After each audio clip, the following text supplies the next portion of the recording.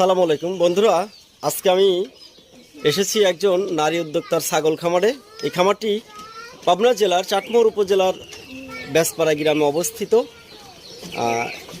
এই আপা ঘর সংসার দেখাশোনার পাশাপাশি প্রায় ৮-১০ বছর আগে দেশি জাতের একটি ছাগল নিয়ে খামারটি শুরু করেন। তার খামারে এখন প্রায় ২০টি দেশি জাতের ছাগল রয়েছে। তবে সবচেয়ে মজার একটা বিষয় হচ্ছে তার এই খামারে অধিকাংশ ছাগলেরই ৬টা করে বাচ্চা হয়, ৫টা-৬টা করে বাচ্চা হয়। আজকে আমরা এই খামারটি আপনাদের দেখাবো যে আসলে 6টা বাচ্চা দেওয়া ছাগলগুলো লালন পালন কেমন লাভজনক, বা এই 6টা বাচ্চা দিলে এই বাচ্চাগুলো আসলে পালনে ঝামেলা কেমন, বা বাচ্চাগুলোর যে পরবর্তীতে যে ঝুঁকিগুলো রয়েছে এগুলো কেমন হয়, এই বিষয়গুলো আশা রাখি পুরো ভিডিও জুড়ে আপনারা আমার সাথে